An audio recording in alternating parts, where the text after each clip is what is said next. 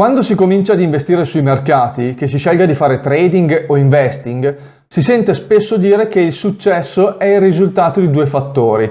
Per il 30% è dato dallo studio dei mercati, dall'analisi tecnica e fondamentale, mentre il restante 70% dalla psicologia ed emotività del trader o dell'investitore. Tutto ciò è vero ed è dimostrato anche dal fatto che molti trader profittevoli che operano in demo, quando decidono di passare al conto reale, non sono più in grado di ripetere le stesse performance. Di fatto i mercati non sono cambiati. Quello che cambia è che nel passaggio tra soldi finti e soldi reali entrano in gioco le emozioni che accompagnano ogni operazione. Perdere denaro non è infatti più così semplice come lo era con un conto demo. Questo causa una serie di emozioni negative nella testa del trader che lo portano ad alterare la sua operatività e quindi ad accumulare delle perdite. In questo video e nel prossimo entreremo nel dettaglio di questi aspetti, cercando di capire cos'è e come si manifesta l'avversione al rischio e alla perdita e quali sono le emozioni che ogni trader ha provato almeno una volta durante la sua operatività. Ma ancora pochi secondi di pazienza e ci vediamo subito dopo la sigla.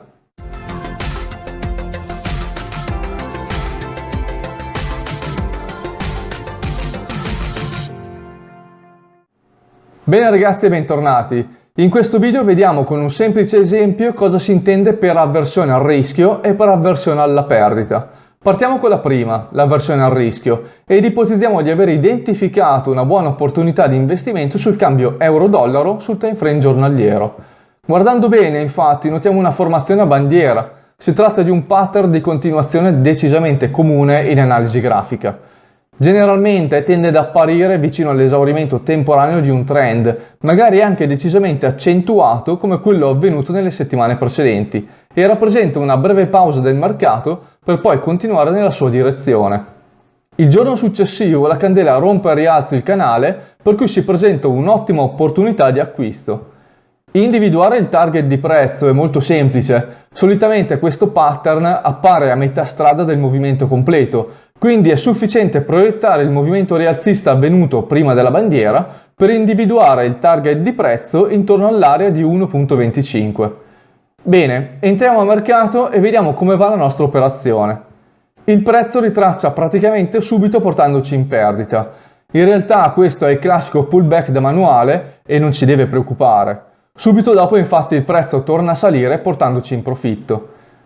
Il nostro entusiasmo però dura poco, c'è infatti un periodo di 2 settimane che inizia con una breve lateralità seguita da una discesa che ci fa nuovamente tornare in perdita. Qui incominciano a venirci i primi dubbi, avremo sbagliato qualcosa?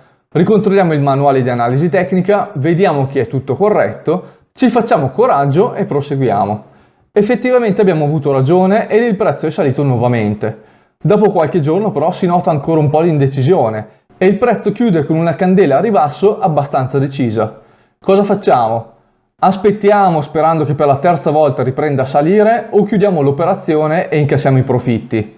La struttura tecnica del pattern a bandiera è ancora del tutto valida. Il take profit però è ancora molto lontano e chissà mai se ci arriveremo. Chiudendo adesso almeno potremmo incassare qualcosa. Quindi cosa facciamo? Scriveteci nei commenti qui sotto voi cosa fareste in una situazione di questo tipo. Scommetto che molti di voi, probabilmente io compreso, chiuderebbero la posizione, sottovalutando l'analisi precedente e ignorando il fatto che il pattern è ancora del tutto valido. Quello che penseremmo tutti in realtà è meglio pochi soldi sicuri e subito, piuttosto che molti soldi incerti chissà quando.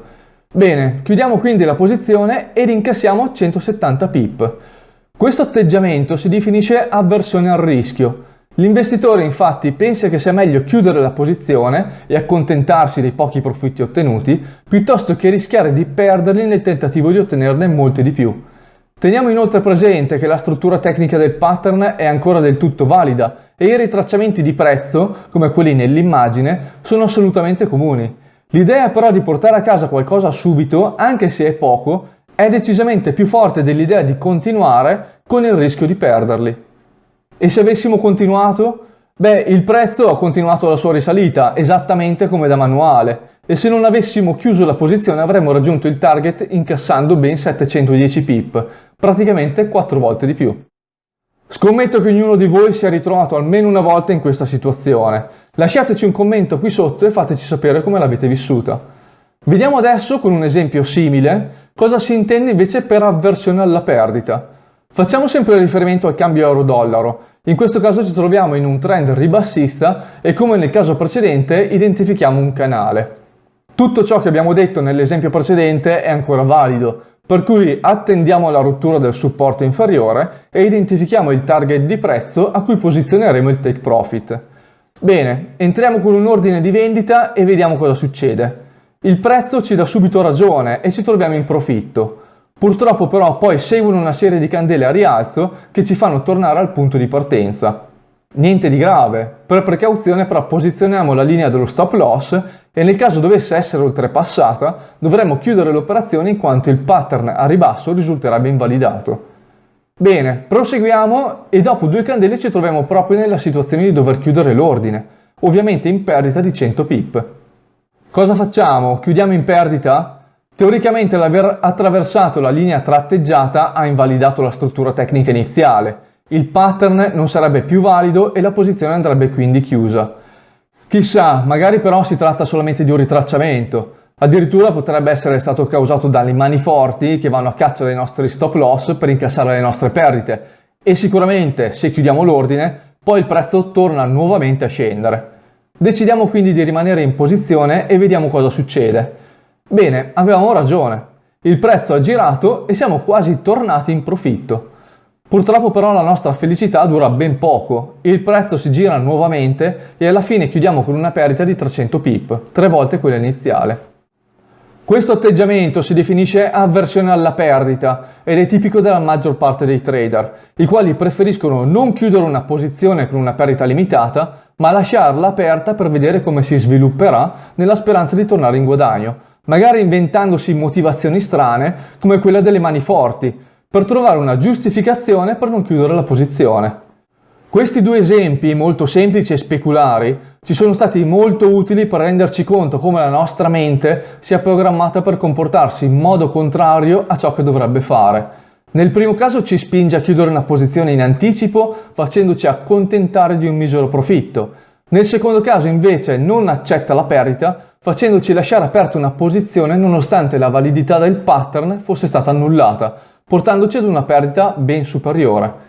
Questi 2 atteggiamenti mentali, l'avversione al rischio e l'avversione alla perdita, uniti alle emozioni da trading che vedremo nel prossimo video, sono le cause principali delle perdite che i vari trader subiscono ogni giorno sui mercati finanziari. Ma c'è qualcosa che possiamo fare per proteggerci da questi 2 atteggiamenti?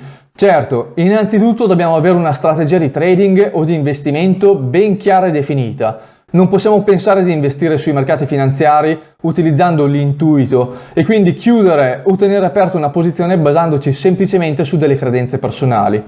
In secondo luogo dobbiamo sapere come questa strategia ha performato nel passato, in un periodo di tempo significativo. Oltre al semplice rendimento dobbiamo sapere che drawdown ha registrato, quante operazioni sono state eseguite, quante di queste erano in perdita, quante operazioni in perdita consecutive ci sono state e così via. Solamente se conosciamo come la strategia ha operato nel passato possiamo pensare di utilizzarla sui mercati in reale, altrimenti tanto vale comprare un biglietto della lotteria o giocare al casinò. Per finire dobbiamo eseguire la strategia con estrema disciplina. Se abbiamo definito delle regole le dobbiamo rispettare, dobbiamo far correre le operazioni in profitto e dobbiamo chiudere le operazioni in perdita, nonostante il nostro istinto ci suggerisca di fare il contrario. Solamente operando in questo modo si può sperare di essere profittevoli. Tutto ciò può essere fatto manualmente, quindi sviluppare la strategia, testarla nel passato, registrare le operazioni ed analizzarle ed infine applicarla sui mercati con rigore, oppure programmando un trading system. Una volta programmata la strategia è possibile backtestarla ed ottimizzarla su più mercati nel giro di poche ore, analizzarne i risultati in pochi minuti e soprattutto il trading system eseguirà le operazioni al posto vostro e potete star certi che non soffrirà né di avversione al rischio né di avversione alle perdite, quindi eseguirà le operazioni rispettando fedelmente le regole della vostra strategia di trading. Bene, se volete approfondire le tematiche legate allo sviluppo del trading system o volete provarli su un conto demo, vi invito a visitare il nostro sito all'indirizzo www.astrading.net oppure contattateci alla mail che trovate in descrizione. Bene, per questo video abbiamo concluso. Se ti è piaciuto ed hai trovato i contenuti interessanti, ti chiedo di mettere un like e iscriverti al canale per farci capire che l'hai apprezzato. Inoltre, se non vuoi perderti i prossimi video, clicca sulla campanella per attivare le notifiche. Io ti ringrazio per essere rimasto fino alla fine e ci vediamo al prossimo video. A presto!